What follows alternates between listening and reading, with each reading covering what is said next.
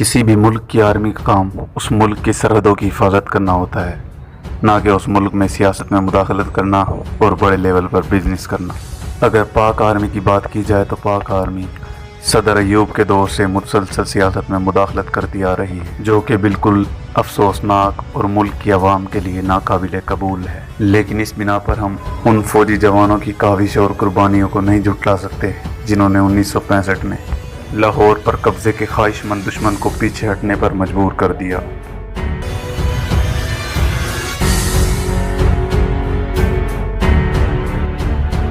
ये वक्त था 1965 का, जब जनरल मूसा रेडियो पर नशरियात सुन रहे थे। वो जैसे जैसे नशरियात सुन रहे थे उनकी परेशानी में इजाफा होता जा रहा था, क्योंकि रेडियो पर बताया जा रहा था कि भारतीय वज़ीर आज़म ने भारतीय आर्मी चीफ को कहा है कि पाकिस्तानी आर्मी सियालकोट से जम्मू कश्मीर की तरफ बढ़ती चली जा रही है। ये सुनकर जनरल मूसा को एहसास हुआ कि भारत बड़ी प्लानिंग की तैयारी कर रहा है। इसलिए उसी रात GHQ से उन्हें हुक्म मिला, जिसमें कहा गया था कि भारत ने मशरिकी और मगरिबी दोनों हिस्सों की तरफ पाकिस्तान में फ़ौजें भेज दी हैं। इसी दौरान जम्मू में एक डाकिया मारा गया, जिससे पता चला कि सियालकोट के पास भारतीय टैंक डिवीजन आ चुका है और ये वक्त था 4 सितंबर। इसी दौरान इंडियन रेडियो पर कहा जा रहा था कि पाकिस्तान ने जम्मू पर हमला किया। ये हुक्मनामा सुनकर लाहौर की 10वीं डिवीजन के सरबराह जनरल सरफराज हैरान नहीं थे, क्योंकि वो पहले ही दिफाई पोजीशन का मुतालबा कर रहे थे। तो ये वो हालात थे जिसमें पाकिस्तान को 4 सितंबर को दिफाई पोजीशन का हुक्म मिला। 6 सितंबर को भारतीय फौज ने लाहौर पर चार तरफ से हमला कर दिया। पाकिस्तानी फौज की इस वक्त जो सबसे बड़ी कमज़ोरी नज़र आ रही थी वो उनकी कम तादाद थी, और इस वक्त पाकिस्तानी आर्मी के 25% जवान छुट्टी पर थे। वाघा बॉर्डर से लाहौर तक 10वीं डिवीजन पाकिस्तान की 5 सितंबर को पहुंच चुकी थी, वहीं 11वीं डिवीजन लाहौर से कसूर तक 4 सितंबर को पहुंच चुकी थी। ये दोनों डिवीजन अब दिफाई पोजीशन ले चुकी थी। भारत ने टैंकों की मदद से 3 मकामात से पाकिस्तान की सरहद अबूर की। पाकिस्तान की 15 डिवीजन वाघा बॉर्डर, इच्छोदिल उत्तर से 7वीं डिवीजन, जबकि 4 माउंटेन डिवीजन ने कसूर पर हमला कर दिया। एयर कमांडर की गैर मौजूदगी में जनरल अख्तर एयरफोर्स की कमान कर रहे थे। इस वक्त जनरल अख्तर ने जनरल अयूब को कॉल की और उन्हें इंडिया के हमले के बारे में बताया। ये सब सुनकर जनरल अयूब ने जनरल मूसा को कॉल की और भारत के हमले से उन्हें आगाह किया।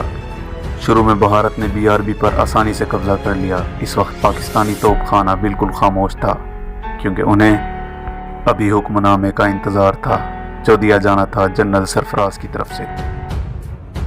फिर जनरल सादात ने मुदाखलत करके पाकिस्तानी तोपखाने को भारत पर हमले का हुक्म दे दिया। अब पाकिस्तानी तोपखाना इंडियन आर्मी पर आग बरसाने लगा। शुरू में पाकिस्तानी आर्मी की कम तादाद की वजह से पोजीशन बहुत कमज़ोर थी, लेकिन जैसे ही सुबह हुई तो जंग का पासा ही पलट दिया। सुबह के वक्त लाहौर की फिजा पाकिस्तानी लड़ाका हथियारों से गूंज रही थी।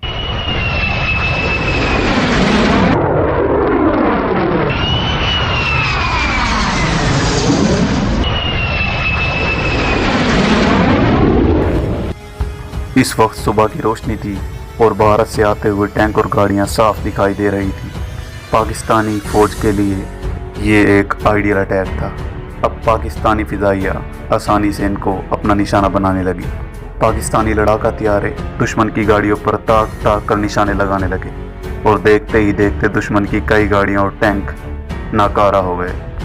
पाक फिजाइया के ज़बरदस्त हमले ने 3 जाट और डोगरा की पेशकदमी को रोक दिया। पाक फिजाइया के इस ज़बरदस्त हमले से मेजर नरेंद्र प्रसाद घबरा गए और उन्होंने मगरिबी डिवीजन के सरबराह को कॉल की और कहा कि उन पर पाकिस्तान की 2 डिवीजन ने हमला कर दिया है और इस वक्त वो पीछे हटने पर मजबूर हो गए हैं। पाक फिजाइया के लड़ाका हथियारे हवा में गूंज रहे थे। जनरल प्रसाद ने अपनी वर्दी के बैजेस उतार दिए ताकि अगर वो गिरफ्तार हों तो उनकी असल शनाख्त न हो पाए, और इस वक्त वो पाकिस्तानी आर्मी से बचने के लिए गन्ने के खेत में छुप गए। 3 जाट ने एक बार तो बाटापुर की फैक्ट्री पर कब्जा भी कर लिया था, लेकिन पाकिस्तानी फिजाइया ने ज़बरदस्त हमला किया और 3 जाट की सप्लाई लाइन काट दी। अब 3 जाट डिवीजन के सोल्जर्स को अपनी जान के लाले पड़ गए और वो पीछे हटने पर मजबूर हो गए। यहाँ ये जंग चल रही थी तो दूसरी तरफ मेजर शफकत बलोच की कमान में 100 सोल्जर्स भारतीय 7वीं डिवीजन के सामने सीसा फैलाई हुई दीवार बन गए। जनरल मूसा ने मेजर शफकत बलोच को कॉल की और कहा کہ اگر وہ 7ویں ڈویژن کو 2 گھنٹے تک وہیں پر روک لیں تو پورا پاکستان ان کا احسان مند ہوگا۔ میجر شفقت بلوچ کے پاس صرف 100 سولجرز تھے اور نہ ہی دفاعی پوزیشن کے لیے ان کے پاس کوئی مورچہ موجود تھا، لیکن ان کے باوجود انہوں نے 7ویں ڈویژن کو 9 گھنٹے تک وہیں پر روکے رکھا۔ اب پاکستانی آرمی BRB کے پاس دفاعی پوزیشن لے چکی تھی اور میجر شفقت کو حکم ملا کہ وہ نہر کے پل کو تباہ کر کے پیچھے ہٹ جائیں، لیکن بارود کی کمی کی وجہ سے وہ پل کو عارضی طور پر تباہ کر پائے، لیکن میجر شفقت بلوچ اپنے مشن میں کامیاب رہے تھے۔ بھارت نے اس پل کو عارضی طور پر دوبارہ تعمیر کر لیا، لیکن اب بہت دیر ہو چکی تھی کیونکہ پاکستانی آرمی اب دفاعی پوزیشن لے چکی تھی۔ اب کسی کو فری واک کی اجازت نہیں تھی۔ رات 3:30 بجے شروع ہونے والی جنگ اب خوفناک ہو چکی تھی۔ دونوں طرف سے پاک فضائیہ اور انڈین فضائیہ پوری طرح میدان میں آ چکی تھی۔ پاک فضائیہ نے لاہور کی طرف بڑھتی ہوئی بھارتی آرمی کے ٹینک اور گاڑیوں کو نشانہ بنایا، وہیں بھارتی فضائیہ نے پاکستان وزیر آباد میں ایک ٹرین کو نشانہ بنایا۔ اب پاکستانی فضائیہ کو دشمن کی ایئر بیس پر حملہ کرنے کا حکم مل چکا تھا۔ پاک فضائیہ کے 8 لڑاکا طیارے سجاد حیدر کی کمان میں 5:05 پر پٹھان کوٹ ایئر بیس پر پہنچ چکے تھے۔ سجاد حیدر نے اس وقت کے 3rd جنریشن جو بھارت کے سب سے مشہور اس وقت کے طیارے تھے ان میں سے ایک کو مار گرایا۔ ان کے ساتھیوں نے بھی شدید بمباری کی اور ایک اور بھارتی لڑاکا طیارے کو مار گرایا۔ پاک فضائیہ نے پٹھان کوٹ ایئر بیس کو مکمل تباہ کر دیا، جہاں پر بھارت کے 12 لڑاکا طیاروں کو ناکارہ کر دیا گیا۔ پاک فضائیہ کا پٹھان کوٹ ایئر بیس پر حملہ مکمل طور پر کامیاب رہا تھا۔ ایک طرف پٹھان کوٹ ایئر بیس مکمل طور پر تباہ ہو چکی تھی تو دوسری طرف ہواڑہ میں پاکستان کے 3 جیٹ طیاروں کا انڈین 4 جیٹ طیاروں سے مقابلہ ہوا، جن میں پاکستان کے 2 جیٹ طیارے جبکہ انڈین کے 4 جیٹ طیارے مار گرائے گئے۔ یہاں بعض مورخین کے مطابق پاکستان کے 3 جیٹ طیاروں کا مقابلہ انڈین 12 جیٹ طیاروں سے ہوا تھا۔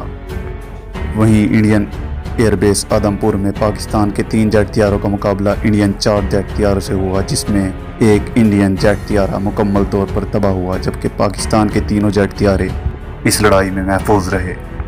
6 سے 7 ستمبر کو پاکستان کے B-57 طیاروں نے ہواڑہ، آدم پور، جام نگر پر حملہ کر دیا، جن میں 12 جنگی طیارے جبکہ 3 ٹرانسپورٹ طیارے بھارت کے مار گرائے۔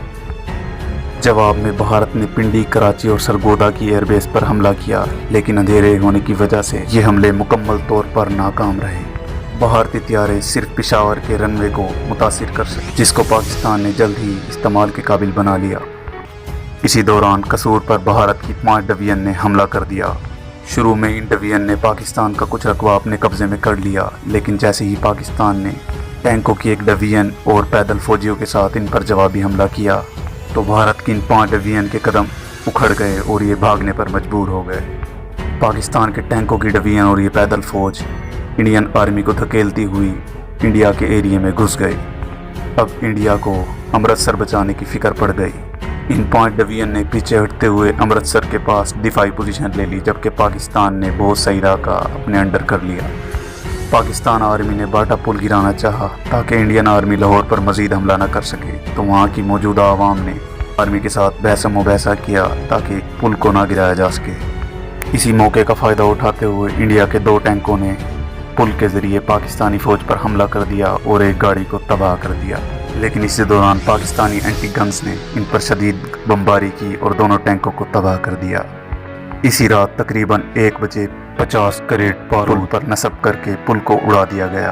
یوں بھارت کا لاہور پر قبضے کا خواب ہمیشہ کے لیے زمین میں دفن ہو گیا۔ 6 ستمبر کو پاک فوج ہر محاذ پہ دفاع کے لیے کامیاب رہی تھی اور اب باری تھی پاکستان کے اٹیک کی۔ پاکستان نے لاہور پر حملے کا بدلہ کیسے لیا، یہ دیکھیے گا اگلی قسط میں۔